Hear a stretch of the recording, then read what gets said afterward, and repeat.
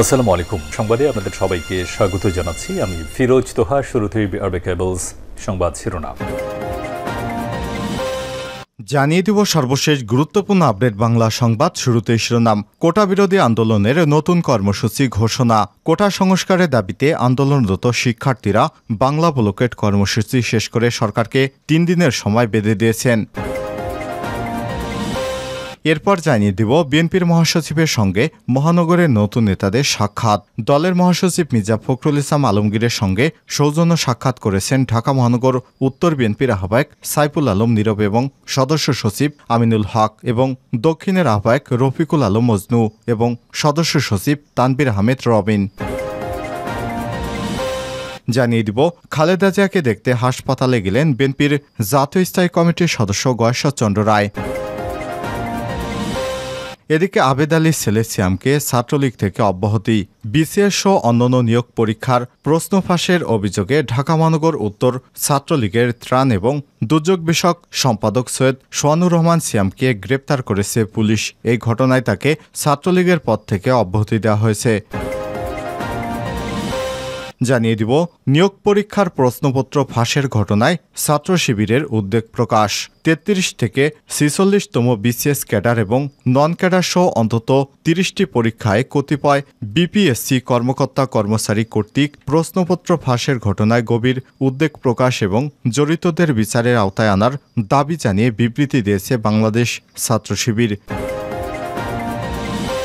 এবং সর্বশেষ জানিয়ে দিব আফগানিস্তানকে বন্ধু হিসেবে ঘোষণা দিলেন পুতিন।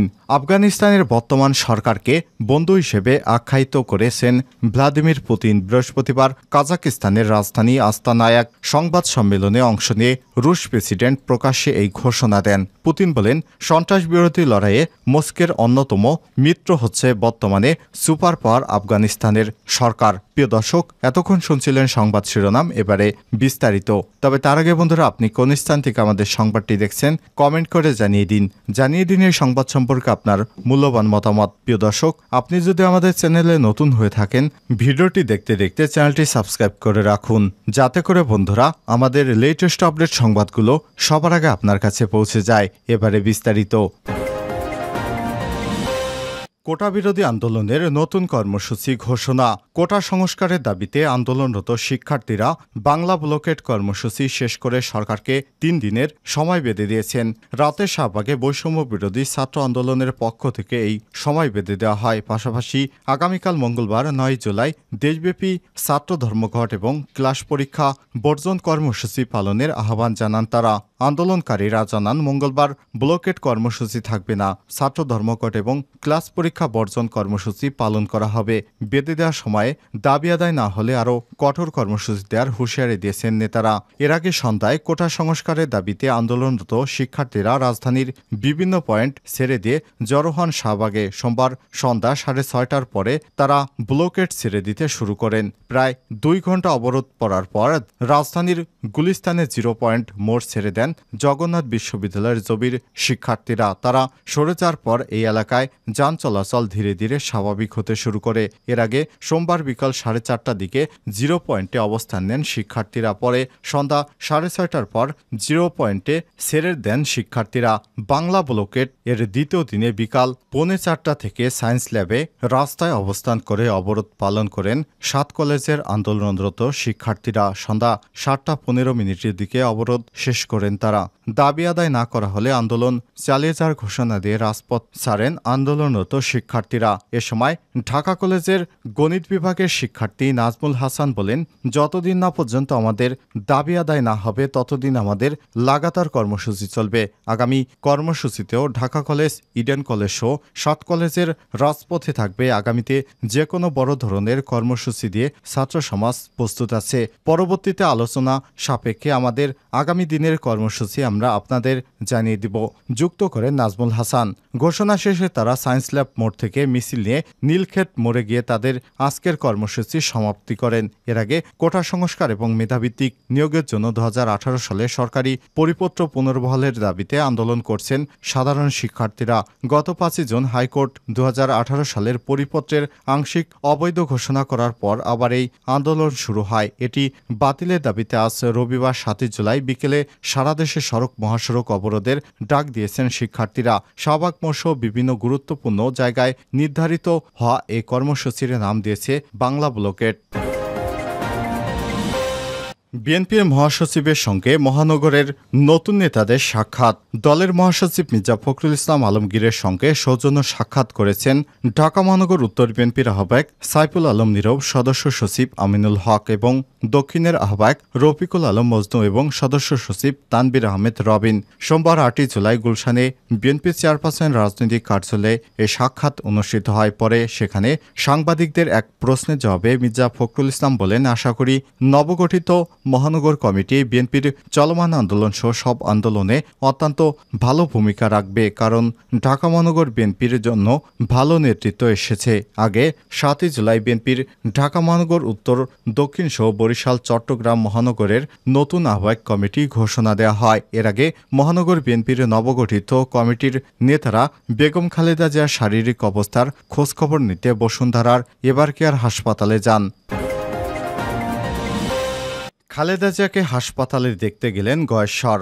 রাজধানীর এভারকেয়ার হাসপাতালে চিকিৎসাধীন বিএনপির চেয়ারপারসন বেগম খালেদা জিয়াকে দেখতে যান দলের স্থায়ী কমিটির সদস্য গয়েশ্বর চন্দ্র রায়। সোমবার 8 জুলাই দুপুরে বসুন্ধরার এই হাসপাতালে গিয়ে বেগম খালেদা জিয়ার স্বাস্থ্যের খোঁজখবর নেন তিনি। বিএনপির প্রচার সম্পাদক সুলতান সালাউদ্দিন টুকো দলীয় চেয়ারপারসনের শারীরিক খোঁজখবর নিতে রাজধানীর এভারকেয়ার হাসপাতালে যান। হাসপাতাল সূত্র থেকে সব তথ্য জানা গেছে।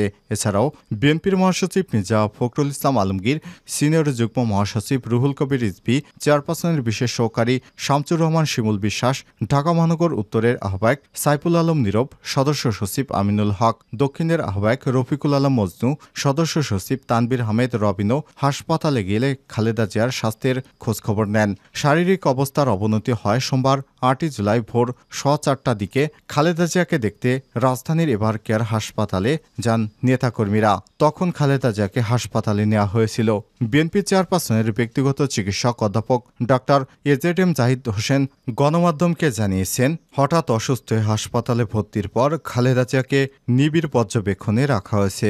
সিসিইউ সুবিধা সংবলিত কেবিনে রেখেই সাবেকেই প্রধানমন্ত্রীকে সার্বক্ষণিক চিকিৎসা দেওয়া হচ্ছে। ৭৯ বছর বয়সী খালেদা জিয়া আর্থাইটিস, হৃদরোগ, ফুসফুস, লিভার, কিডনি, ডায়াবেটিক সহ বিভিন্ন জটিল রোগে ভুগছেন। আবেদ আলীর ছেলে সিয়ামকে ছাত্রলীগ থেকে অব্যাহতি। বিসিএস সহ অন্যান্য নিয়োগ পরীক্ষার প্রশ্ন ফাঁসের অভিযোগে ঢাকা মহানগর উত্তর ছাত্রলীগের ত্রাণ এবং দুর্যোগ বিষয়ক সম্পাদক সৈয়দ সোহানুর রহমান সিয়ামকে গ্রেপ্তার করেছে পুলিশ। এই ঘটনায় তাকে ছাত্রলীগের পদ থেকে অব্যাহতি দেওয়া হয়েছে। সোমবার 8 জুলাই ঢাকা মহানগর উত্তর ছাত্রলীগের সভাপতি রিয়াজ মাহমুদ এবং সাধারণ সম্পাদক সাগর আহমেদ শামীম স্বাক্ষরিত এক সংবাদ বিজ্ঞপ্তিতে জানানো হয়েছে, সিয়ামকে ঢাকা মহানগর উত্তর ছাত্রলীগ থেকে অব্যাহতি দেওয়া হয়েছে। বিজ্ঞপ্তিতে বলা হয়েছে, ঢাকা মহানগর উত্তরের সভাপতি এবং সাধারণ সম্পাদকের সিদ্ধান্ত মোতাবেক সংগঠনের নীতি এবং নৈতিকতা পরিপন্থী কার্যকলাপের সঙ্গে লিপ্ত থাকায় সিয়ামকে ঢাকা মহানগর উত্তর ছাত্রলীগ থেকে অব্যাহতি দেওয়া হয়েছে।